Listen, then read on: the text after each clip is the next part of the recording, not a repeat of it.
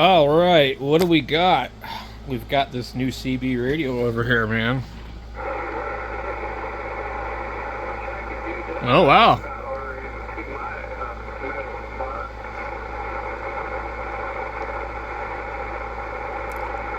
I don't know if this would make a very good CB radio.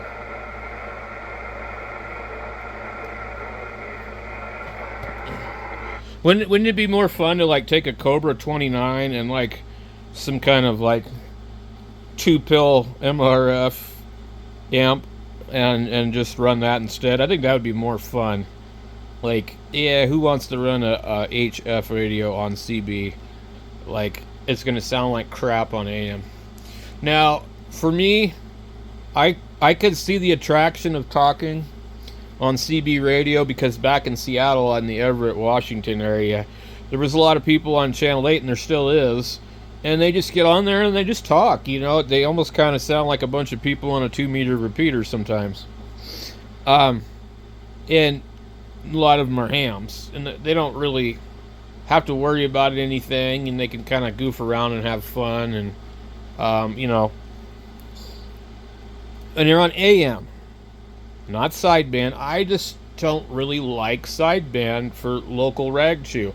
However, like, let's be honest, AM is not nearly as efficient or as practical at low power at short distances. You know, these guys are all like, I don't know how many miles within each other, you know.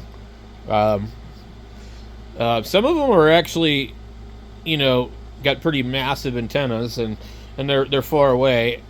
But like I would say, like when you're in the Everett, Linwood area, like the furthest person out would be like Gold Bar, Washington, you know, and they're kind of hard to hear.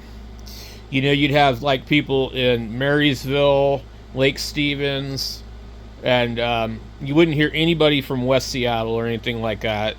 You really wouldn't hear anybody in Seattle. You might hear some people in like Shoreline and you know, Edmonds.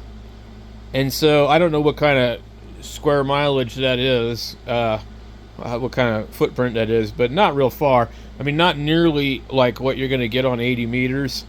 So 80 meters is like, to me, the ham radio rag chew frequency for like local conversations, because I could talk to somebody down the street at the same time I could talk to somebody in Flagstaff or Phoenix or Tucson, and then I could even talk to people in California, Utah, Idaho, Oregon, and, you know, Texas.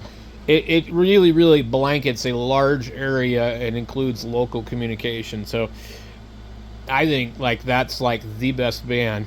However, AM, if you listen to the AMI net, you'll notice how far it goes, and it's probably not as good. And then you need to run legal limit.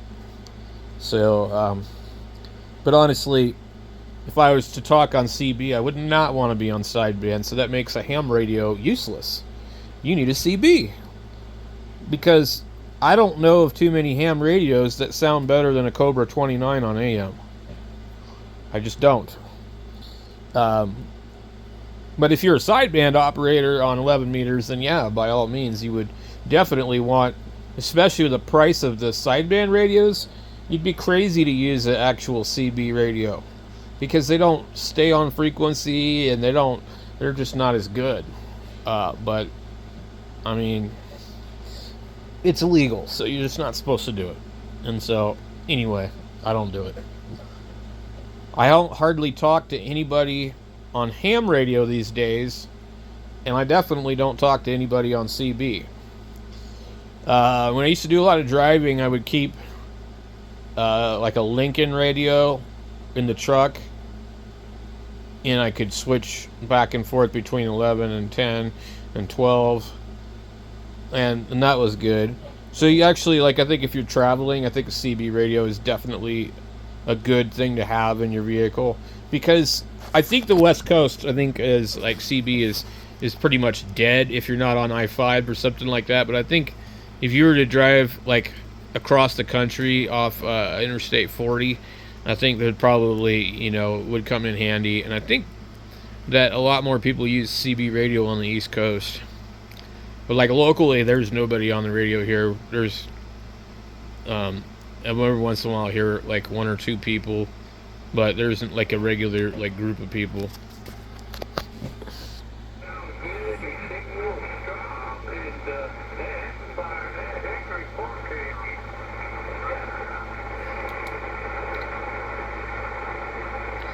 But we have, I think we have, the K is up pretty high.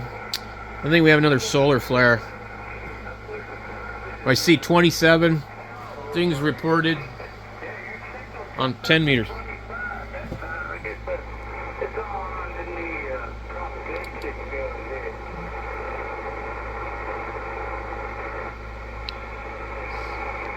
Interestingly enough, this is a pretty good frequency on 10 meters usually.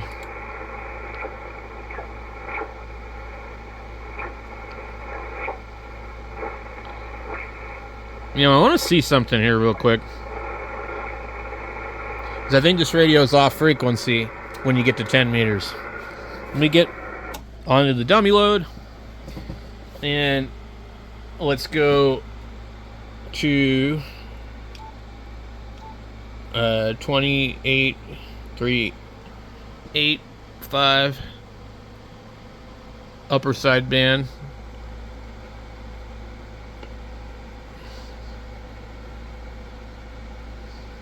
And I want to see where we're at.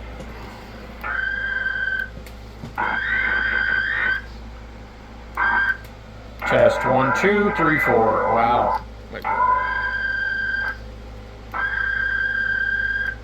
Okay, so this radio has a calibrator on the top. So what we're going to do is what they call zero beat.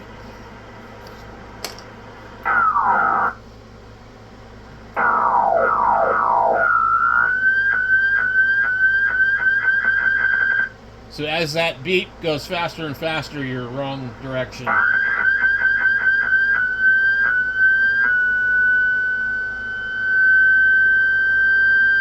You want it to where it's just not even beating.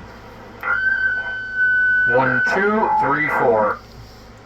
And when you do that, you can you'll be able to tell right away. It'll squeal really bad, but you'll get clearer audio. So that's how I calibrate radios too. It's the redneck way to do it. Now watch.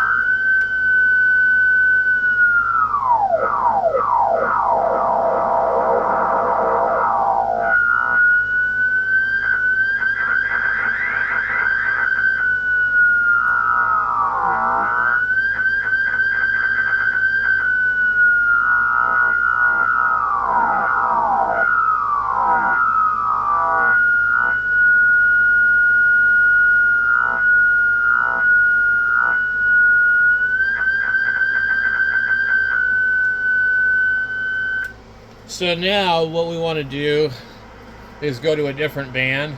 Like let's say we're on a dummy load, so we can go to 160.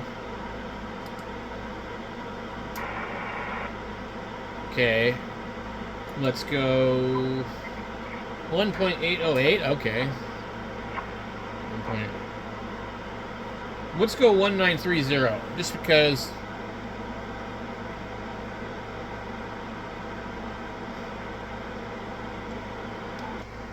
We're going to stay in the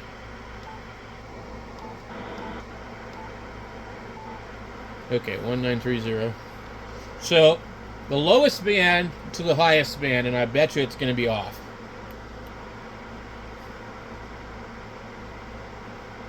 I needed to change this for some reason back to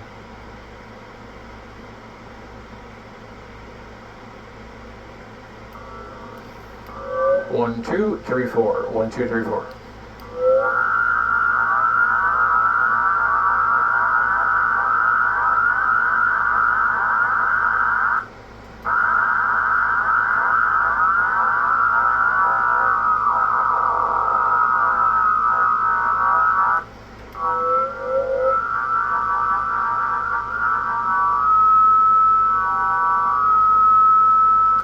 It's pretty close. Okay, 1, 2, 3, 4. We're doing, how many watts are we doing? Hello, that's 100. some of these radios will do like an excessive amount of power on the low bands. Alright, now let's go back up to 10.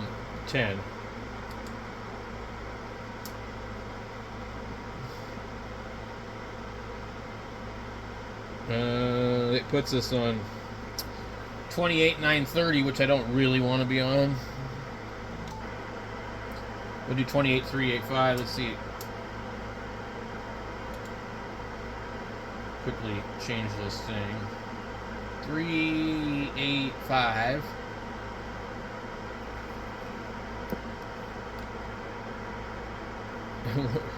Okay, and again, it has, for some reason, it doesn't automatically change the mode button.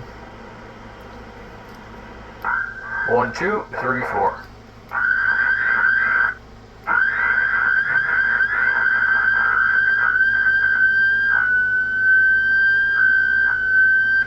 So it's a little bit higher up. You have to make a compromise, or you're going to have to adjust it every single time. And that's one thing I don't like about these older radios. 1, 2, 3, 4. You can hear it's a lot clearer now. So, anyway, I've been having fun playing around with this radio. And so far it hasn't quit working, which is strange. But I know it will. And I don't know. I don't really have a super big need for this radio. It's just kind of neat. It was like my second radio I ever owned was the 751 original, and this is basically the same thing, only it's supposed to be better. I don't know what the differences were. I mean, I guess maybe we could go look that up on the internet really quick and see, you know, just for the sake of the conversation.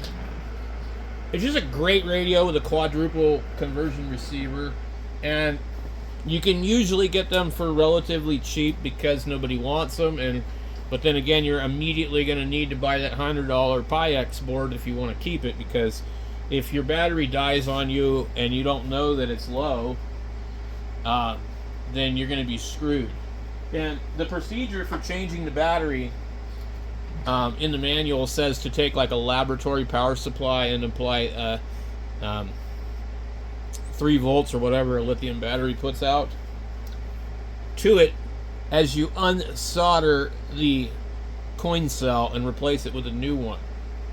A lot of people have went to great lengths to protect this type of system, but yeah, if that battery dies, the radio is no good and you won't be able to do anything with it. There's nobody at Icom that will reflash it anymore. I don't know when the last time was that they ever did that. I mean, maybe they will, but I can't imagine them you know, fixing a radio from 1988 to 89ish. Let's see. Icom ic751 and 751a differences. Okay. The forums. Ham Island. The 751A and 751 are mid-range rigs were introduced and still offer excellent value to hams as a first rig, a seasoned ham as a backup, or even a primary rig. I personally still have my 751. I bought it in 1992. Both cover 10 through 160, including the worst bands, and run 100 watts. 40 watts AM. Both rigs support excellent receivers, quad conversion, if memory serves me right. The 751A had a few improvements over the 750, notably the CW keyer. Okay, I didn't know that. So, where's the keyer? Okay. I see it there. So is there like a knob missing on the other one?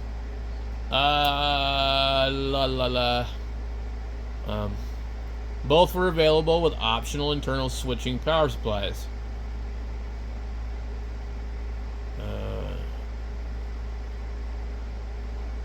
found the rig ran really warm using the internal supply. There are a couple of inherent problems with these rigs, one being the problem with the capacitors in the PLL circuit. Any authorized Icom repair center can perform that upgrade. There also seems to be a problem with the voltage regulator IC that powers the display. I have to turn it on for about 30 minutes before I use it and recycle the power button. After that short wait, the display will work. Additionally, the BIOS and ROM in both rigs are battery powered. Allowing battery backup to completely die causes the rig to be totally non-functional. I believe there are aftermarket BIOS ROM backup boards available for these rigs that solve the issue. Other factory BIOS ROM boards, the battery BIOS ROM boards, the battery replacement procedure isn't for the faint of heart. When I replace the BIOS driver and final amplifiers in my rig, I also replace the backup battery. It basically consists of soldering the new battery in place before removing the old one. In spite of these issues, the radios are readily available at reasonable prices, and if they have been taken care of, they are still capable of providing years of service. I wanted to see if somebody was going to mention the differences. Apparently there was some other company called Wilco. The old memory board will eventually die due to the battery if you don't replace the battery every decade or so. I was lucky to get 20 years out of mine. If you replace the battery before it dies, you're okay, but if the battery dies, the radio will no longer work and the board will need to be reprogrammed after battery replacement. There are a few upgrades available to replace the existing board. The Pyx, I don't even know if they have a website anymore, to be honest. So this is what I bought, and I guess they're in stock. So Pyx makes a lot of stuff for this particular radio. They were out of stock for a while. It's $85 for this board, but if you want this radio, you'll buy it, because without it, you're kind of out of luck. Now, I have not heard of this Wilco. I'm gonna guess we're gonna show up on a dead website.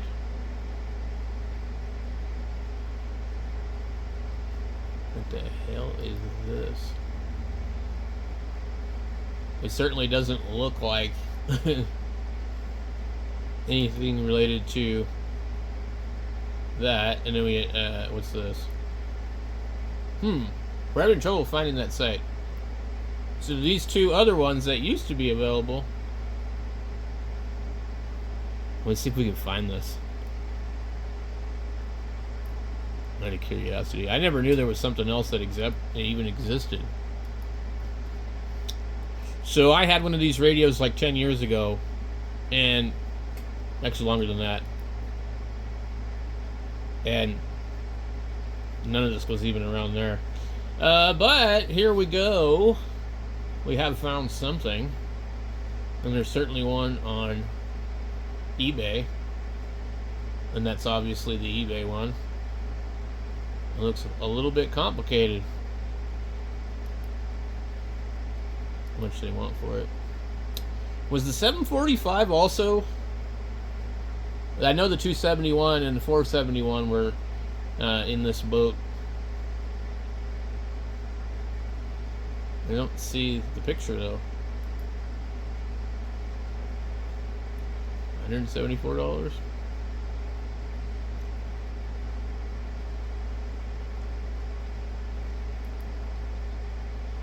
I'm not sure what they're selling. A bunch of other stuff with it.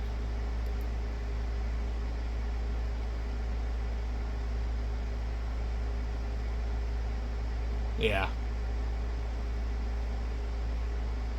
It says 1995 on that board. Right there in the corner. This company's probably been out of business for a long time. And I don't know what that is.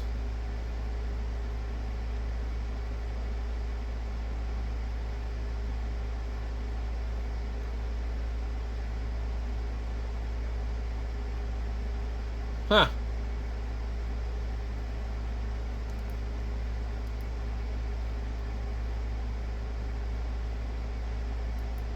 And apparently, it can be reprogrammed, but probably only places like Russia still use these radios enough to where there's people that are like, willing to reprogram it.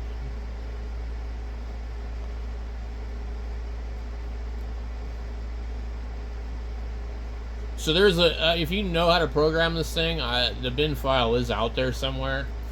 And you see this, what this guy's using here.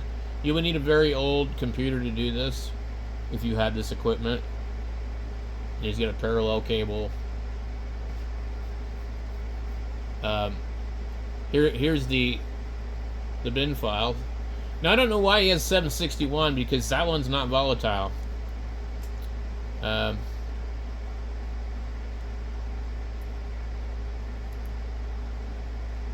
Like literally you can download all these.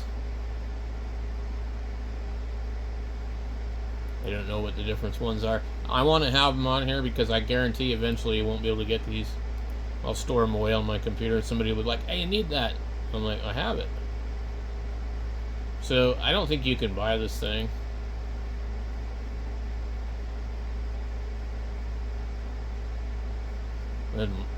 I wouldn't imagine anyway. So this is the biggest problem with this particular same person. You're not going to find that other one.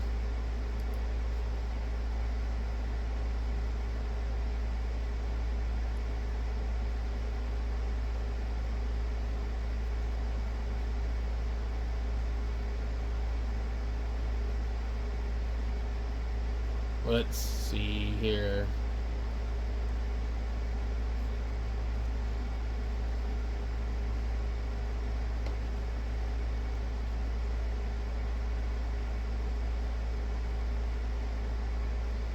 Yeah, this guy mentions the 751 and the 2KL and the AT500 setup. So I have the AT500, which is the tuner for the 2KL. That's a 500 watt amp. And that's what you really want for this radio. You'd have a 500 watt station, you'd have the tuner and the amp.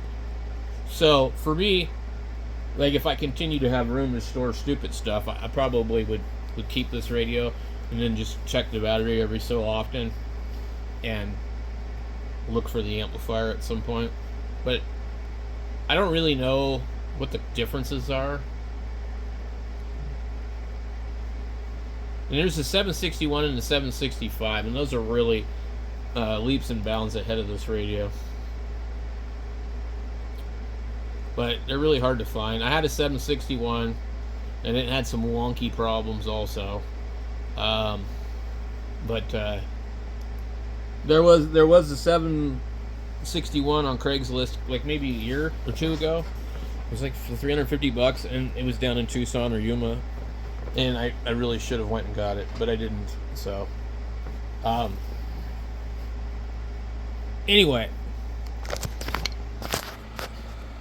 there are two different radios, the 751 and the 751A. And then there's like three different versions of the 751.